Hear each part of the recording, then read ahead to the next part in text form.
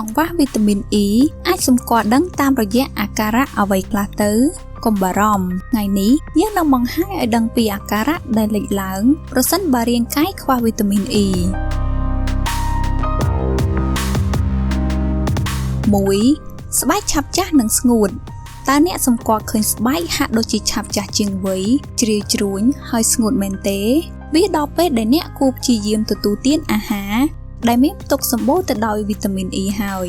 សារធាតុចិញ្ចឹមនេះសំខាន់ណាស់ក្នុងការរក្សាសំណើមនៃរាល់កោសិកាស្បែកដើម្បីបន្ថយឬទប់ស្កាត់ភាពចាស់ឆាប់ជ្រីវជ្រួញមុនវ័យនៃស្បែកលក្ខណៈសម្បត្តិប្រឆាំងអុកស៊ីតកម្មរបស់វីតាមីន E ក៏ជួយកម្ចាត់រ៉ាឌីកាល់សេរីដែលតែងជះឥទ្ធិពលដល់សុខភាពស្បែកដោយពន្លឿនភាពចាស់តាមវ័យផងដែរ 2. សក់ជ្រុះប្រសិនបើសក់របស់អ្នកហាក់ដូចជាស្ដាងទៅចូលព្យាយាមរួមបញ្ចូលអាហារ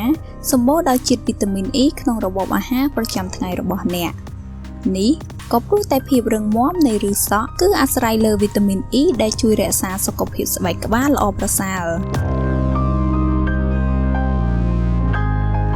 3. កោសិកាគ្រាប់ឈាមក្រហមធ្លាក់ចុះ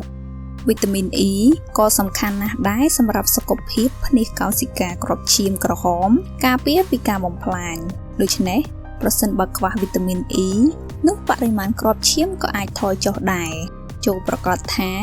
អ្នកបានទទួលទានអាហារសម្បូរវីតាមីន E គ្រប់គ្រាន់ដើម្បីរក្សាបាននូវកោសិកាគ្រាប់ឈាមក្រហមសុខភាពល្អនិងមានសមត្ថភាពក្នុងការដឹកជញ្ជូនអុកស៊ីហ្សែន 4. ចំណង់ផ្លូវភេទថយចុះប្រសិនបើអ្នកកំពុងជួបប្រទះបញ្ហាខ្វះគ្រាប់ឈាមក្រហមនោះ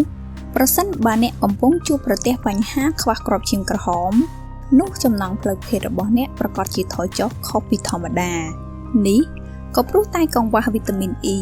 បណ្ដាលឲ្យកោសិកាគ្រាប់ឈាមត្រូវខូចខាតដូច្នេះសមត្ថភាពក្នុងការដឹកជញ្ជូនអុកស៊ីហ្សែនក៏ថយចុះហើយលំហូរឈាមទៅកាន់ប្រដាប់ភេទក៏អាចនឹងខ្សោយជាងមុនដែលនាំឲ្យជះឥទ្ធិពលដល់ចំណង់ផ្លូវភេទ 5. ភាពចុះខ្សោយនៃសាច់ដុំវីតាមីន E គឺចាំបាច់សម្រាប់ប្រព័ន្ធសរសៃប្រសាទកណ្ដាល